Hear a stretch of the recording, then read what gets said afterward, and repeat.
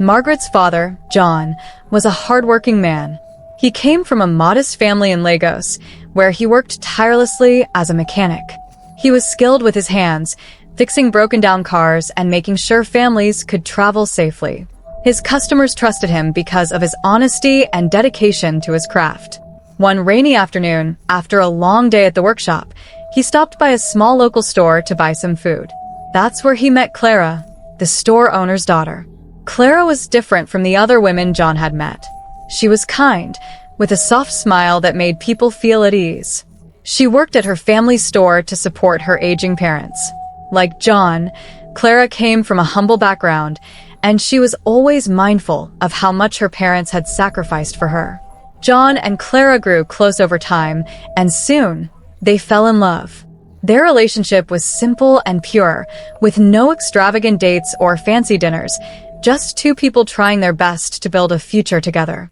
When John proposed, it wasn't with a diamond ring, but with a promise. A promise that he would love her and work hard to give her the life she deserved. Clara accepted, and they soon got married in a small ceremony, surrounded by family and friends. After the wedding, life wasn't easy for John and Clara. They lived in a small rented apartment in the outskirts of Lagos, and every day was a struggle to make ends meet. But they were happy. A few months after their marriage, Clara found out she was pregnant. The news filled John with joy. He couldn't wait to meet their baby and give the child all the love and care he could offer. Clara's pregnancy wasn't smooth. She often felt tired and weak, and there were days when she feared something might go wrong. But John was by her side every step of the way, comforting her, working extra hours at the shop, and making sure there was enough money for the baby's arrival. Then on a cold December night, Margaret was born. She was a tiny, fragile baby, but she had a strong cry that filled the hospital room. John and Clara's hearts swelled with pride. They finally had their daughter. They named her Margaret, a name that John's mother had always loved. Margaret grew up in a small but loving home. Her parents did their best to provide for her.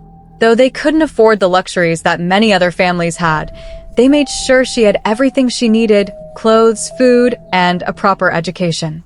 John worked long hours, while Clara did odd jobs to support the family. They didn't have much, but they had each other, and that was enough for them. But as Margaret grew older, things began to change. By the time she was in university, she became friends with girls who came from wealthy homes. These friends had the latest gadgets, expensive clothes, and flashy cars. One of her closest friends, Sandra, always flaunted her wealth, talking endlessly about the beautiful mansion her parents owned and the luxury trips they went on. Margaret started to feel ashamed of her own family. She compared her life to Sandra's and grew bitter. Every time she went home, she looked at her parents with disdain. Why couldn't they work harder? She often thought.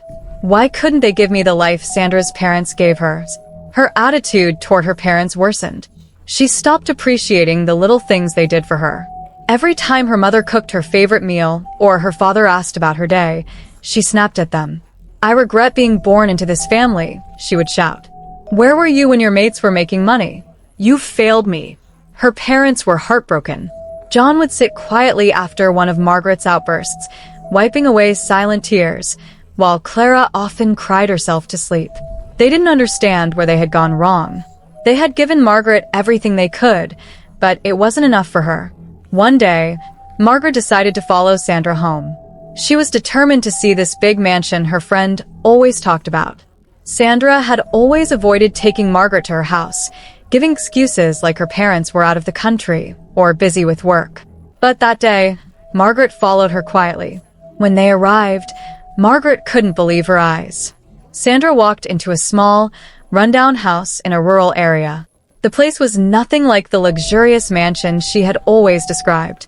An older woman came out of the house, her face tired but full of love, as she hugged Sandra and called her "my daughter." Margaret was shocked.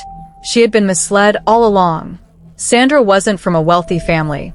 In fact, she was even poorer than Margaret. Sandra later revealed that her expensive lifestyle was funded by an older man, a sugar daddy, who gave her money in exchange for her companionship. But despite her poverty, Sandra never disrespected her mother. She appreciated the little she had, and she was grateful for her mother's love and sacrifices. Tears welled up in Margaret's eyes. All this time, she had disrespected her parents because of Sandra's influence. She had judged them for not being rich, yet they had always given her their very best. Margaret walked home in tears, guilt washing over her. She knew she had to apologize to her parents for all the pain she had caused them. When she got home, she saw a crowd gathered outside her house. Her heart pounded in fear as she wondered what was happening. Maybe they came to visit the neighbors, she thought. But as she entered the house, she saw her aunts, uncles, and neighbors all crying. Margaret's stomach tightened. Something was wrong. One of her aunts walked up to her, her eyes red from crying. "Margaret, your parents were in an accident," she said, her voice breaking. "They didn't make it." Margaret felt the world collapse around her. "No," she screamed, falling to the floor. "They can't be gone. I haven't apologized. I need to tell them I'm sorry." As she lay on the floor sobbing, her aunt handed her a letter. "They wrote this before they left," she said. With trembling hands, Margaret opened the letter. It read, "My darling daughter, we know things haven't been easy between us, but we want to make it right. We are going to Port Harcourt to meet your uncle, who might lend us money to start a business. We want to make life more comfortable for you. We may not come back today because of the distance. We love you so much and will do anything to bring back the bond we once shared. Your loving parents." Margaret cried uncontrollably as she read the letter. They had loved her, even when she didn't deserve it. But now it was too late. She could never make things right. Her heart filled with regret, but no amount of tears could bring her parents back. It was too late to apologize, too late to appreciate the sacrifices they had made. She had lost the chance forever. The day of the burial arrived, and the atmosphere was heavy with sorrow. Family members, friends, and neighbors gathered around the gravesite, their faces clouded with grief. Margaret stood at the front, trembling as she faced the two wooden coffins lying side by side, her father and mother, gone forever. She couldn't hold back the tears as the pastor said the final prayers. When it was time to pour sand on the coffins, Margaret's hands shook as she held a handful of dirt. Slowly, she stepped forward and, with tears streaming down her face, dropped the sand onto her parents' graves. "I'm sorry, Mum. I'm sorry, Dad," she whispered, her voice cracking. "I never appreciated you enough, and now you're gone. I love you. I just wish I had said it sooner." As the sand hit the coffins, Margaret collapsed into sobs, her heart filled with regret. It was too late to take back her harsh words, too late to show her parents the love they deserved. All she could do now was remember them and live with the pain of what she had lost. This story teaches us the importance of appreciating our parents while they are still with us. No matter what we think of their efforts, they sacrifice more than we can ever imagine to give us a better life. Don't let pride or the influence of others blind you from seeing the love and care your parents provide.